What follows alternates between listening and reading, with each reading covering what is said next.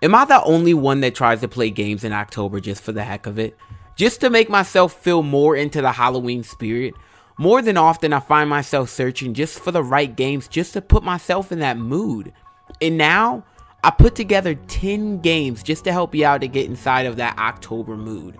Now, none of these are in order, so we're just going to start off right off the back with the first one, Outlast. Now, Outlast is a very great game overall. You play as a reporter sent to an abandoned asylum to investigate why it basically went off the radar.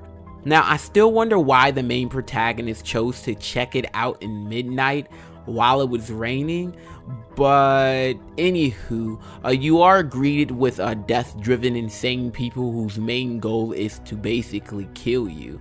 But you know, it's a really good game. Get through the asylum. Very scary game. Next up, Dead by Daylight. Now, unlike Outlast, this October game is actually multiplayer. You can either play as a predator or basically the prey. You know, you choose between your iconic characters from your favorite horror games down to Michael Myers, Leatherface, Laurie Strode, or even Freddy Krueger. Now, your goal is to escape the map that you spawned on along with your teammates. You know, there's going to be five versus 1, basically 5 prey, 1 predator. So yeah, it's a pretty good game. You should check it out. Which brings me to, of course, the one and only Fortnite. Now, this game is a given, of course. You know, I don't really need to say much about this game. Everyone knows what Fortnite is. You know, but it does have great updates for October, down to, you know, the skeleton skin that they give you here, and also just adjusting the map to just the October feel. And I just think they did a really good job of doing that. Now, next up, this game isn't that scary. It's more of a fun game than anything. Killing Floor 2. Now, when I first got this game on PS4, I really thought this was like the coolest game ever, you know, down to the slow-mo kills, and you know, the maps that they had were ridiculous. You know, you had a team of 5 fighting waves of monsters. I don't know what you call them. You call them I don't know what you call them, but you fight you know, these monsters you know, until you die, basically, until you know, you die or you reach that goal and you beat the last boss or whatever. But what really made this game click for me was the October updates.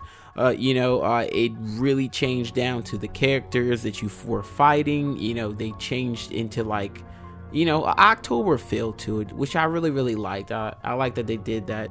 I mean, I don't know what it is. It just made the game 10 times more better. But if you're looking for an offline story-driven game, you know, a story-driven horror game, you gotta check out Until Dawn if you haven't already. Now, it is a typical horror story plot. A group of teenagers travel into an abandoned cabin, or I wouldn't say an abandoned cabin. One of the protagonists, you know, his family owned it or whatever. So they travel to this cabin, and basically they're getting hunted by... I don't really want to spoil it. I don't want to spoil the story, but you know, they're getting hunted, and you really got to make sure what you do in this game, because your decisions can mean everything. You can die, you know, at the beginning of the game, or you can die, you know, at the end of the game. Yeah, so the decision making really, you know, that's up to you if you want to, you know, survive the game or, you know, die the game. Plus, this is a really good game to play with the family and have everyone have an option. Hey, go here, do this, do that, do that. So it's a really good game for that as well. Another story-driven game, Alien Isolation. Now, I know this is more of a sci-fi type game, but it still scratches that itch of fear that any other horror game will deliver. I mean, at least it does for me. You know, and that's one of the reasons why I made the list. You play as a first-person perspective. The main objective is to escape the ship without getting seen by this huge alien. And basically, this alien can like hop through vents and crawl on the walls and the ceiling and stuff like that. But the issue is you can't kill it. That's the only issue that we have here. You can't kill it. They'll basically, you know, your main goal is to run. You can scare it off with like a little flamethrower or a flare gun or whatever you have, you know, in your arsenal at the time. But, you know, unfortunately you can't kill it, but it's a really good game. You should check it out. Now the next one is also a given. It made the list, of course, Friday the 13th. Now if you haven't looked into this game by now, you should. It's kind of the same objective as Dead by Daylight. You need to escape Camp Crystal Lake without getting killed, of course. You need to gather things such as gas, keys, you get a getaway car and basically all of you leave. When it comes down to like weapons and things like that, you'll find that on the map as well, down to baseball bats, guns, crowbars, basically whatever you need. Again, really good game. I put in tons of hours into this, so it's worth the money. You should check it out. Now we have Mortal Kombat. Now I know this game is nowhere close to being scary, given anything by any standards, but it made the list due to Jason being on it. I thought that was really cool. Good idea they brung him onto the arsenal of Mortal Kombat. He's a really good fighter, a little bit slow, but he's strong. The fatalities is what really brung it to the list.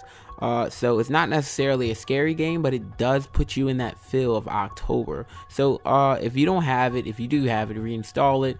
It's a really good game. Now the next game did not come out yet. Okay, it did not come out yet. I don't know the release date, but hopefully we can get that release date pretty soon. It's called Last Year. Now this game looks kind of like Friday the 13th, but in a first-person perspective mode. It seems like it's a 5v1 as well. The tone I think is around 1980s, I believe, and basically you play as a group of teenagers that are in, I believe, their school or maybe an abandoned school, and you're trying to escape, and run away from these other predators, these killers that's trying to kill you. So I thought that was a really good idea. Looks great. The graphics are out of this world, and I cannot wait to play it. Now the last one on the list, gotta make the list, Outlast 2, and this is just my personal favorite. Of course the sequel to Outlast 1. Now it makes the list because it is the scariest game I have ever played, and I've played a lot of games. Now once again, you play as a reporter. Don't ask why.